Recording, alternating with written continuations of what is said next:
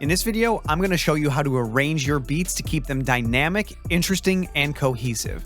This is the third video in my new How to Make Trap Beats for Beginners series, so make sure to watch the rest of the videos to level up your hip-hop and trap productions. The goal here is to take all of the parts we just made and lay out our complete beat in a way that keeps it from becoming repetitive. This will help keep your listeners and artists interested in your beat so that it doesn't get skipped over after one or two sections. Now that that's out of the way, let's get right into it. As usual, I will be working in Ableton, but you can follow along in any DAW. In the last two videos, you probably saw how I had track markers up in the top of the timeline. For this video, I deleted those to show you how to set those up first. Track markers help me stay on task when laying out beats and tracks because the sections are predefined, so I don't get out of hand making different sections or loops that aren't actually needed. The first marker will be our intro marker.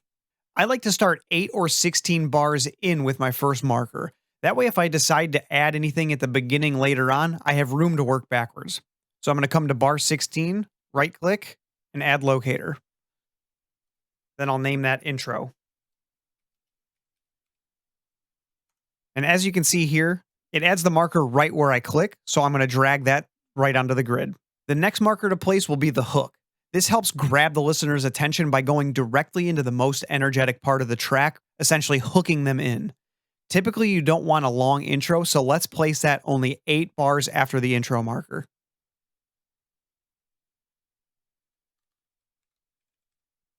After the hook, we're going to place our first verse marker.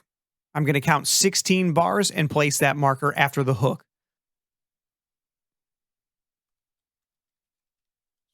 Now it gets easy. We just duplicate the hook and verse sections. Typically, hip-hop and rap songs have 3 complete hook and verse sections, but in the third section, I'm going to replace the verse with a bridge section. This is a section that has a different vibe and energy to help break up the final 2 hook sections and add some variation. So now we have all of our markers set up. You can see we have the intro, which is 8 bars, a 16-bar hook, verse, hook, verse, hook, and then we have an 8-bar bridge because you don't want that to be a full 16 bars, and then a final hook. From here, I like to take everything and drag it over all to the final hook section because this section is supposed to be the one with the most energy. From here, I want to start building a quick intro. Typically, a stripped down version of the melody works really well, but in this case, I think I want to use that flipped melody that we made in the first video. This is because I know I want that to be the bridge section, so it'll help bring the whole beat together. So I'm going to drag that over to the intro. And now to fill out the intro, let's take the snare and add its pattern for the second half. So I'll come into the second half of the intro and paste that. So now we have our snares. We're definitely going to want some low end for the intro as well, but I don't think I want the 808 yet. So I'm going to try to find a nice sub bass like a Reese bass or something else. I know Sublab XL has a nice Reese bass in here that I use quite a bit, so I'm going to grab that, I think. And then I know our final synth was a rising bass note. So I'm going to copy this pattern over onto our bass patch. And then I'm going to grab all these and shift them down an octave or 2. 2 sounds good.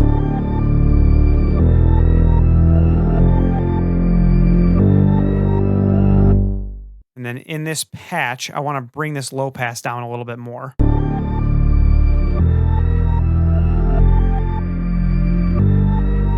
That sounds a lot better, so it's not as aggressive in the high end. And then I think I'm also going to bring this down a couple dB.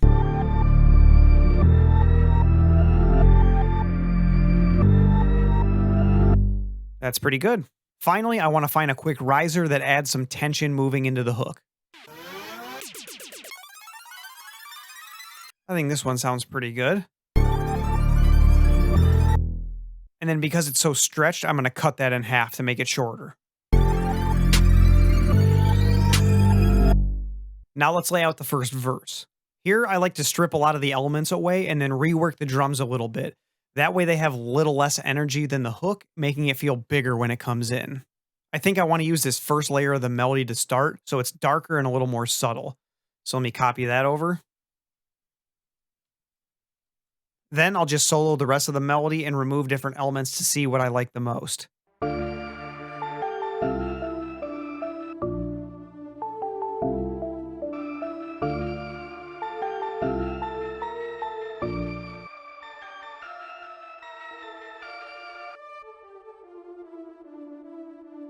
I think I like this one, so I'll bring that back over for the second half. Now I'm going to copy over the drums and see what I can remove.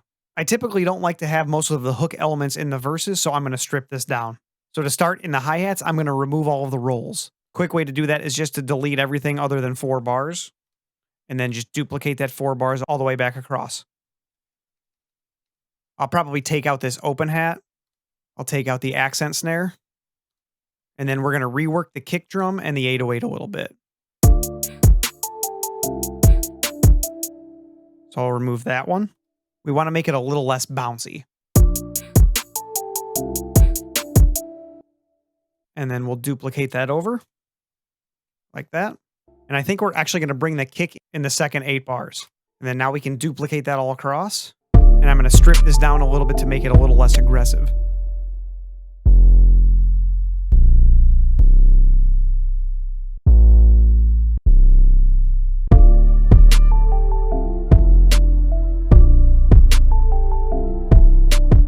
Finally, I'll drag that riser back over to build tension into the coming hook.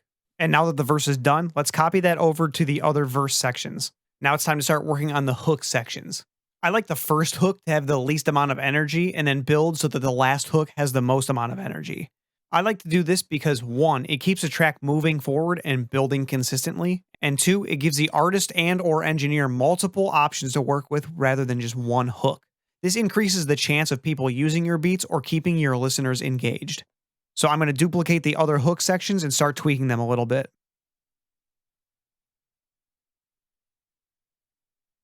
So for this first hook, I think I want to bring out this low patch.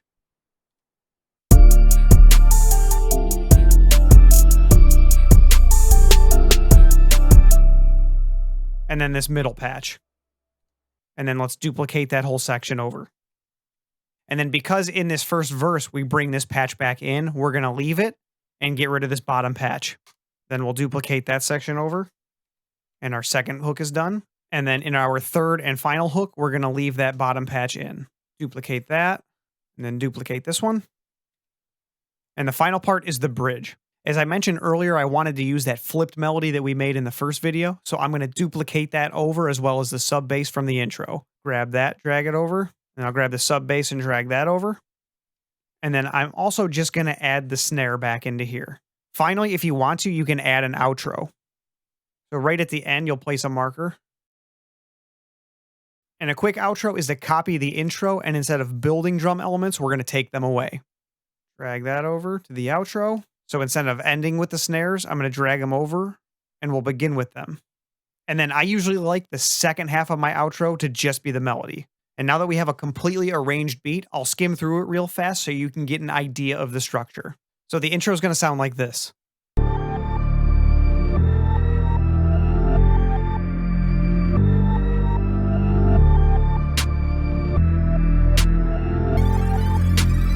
Right into the hook.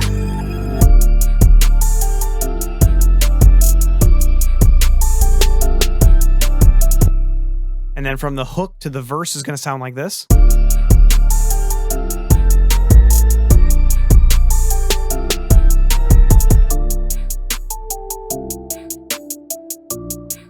And then our kicks are going to come in.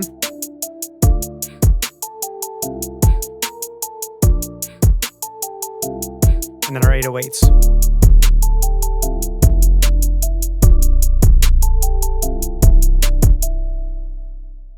And that's basically duplicated all across, but with each hook, it's going to be a little bit bigger. And then finally, from the hook to the bridge.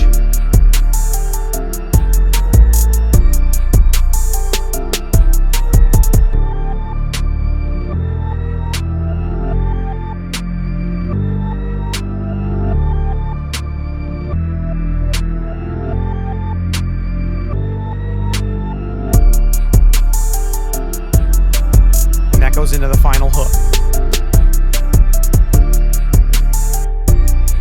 And then out to the outro.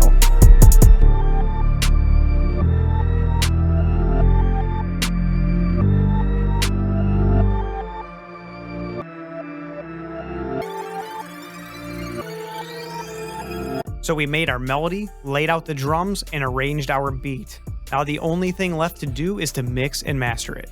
Click here to watch the final video in this series.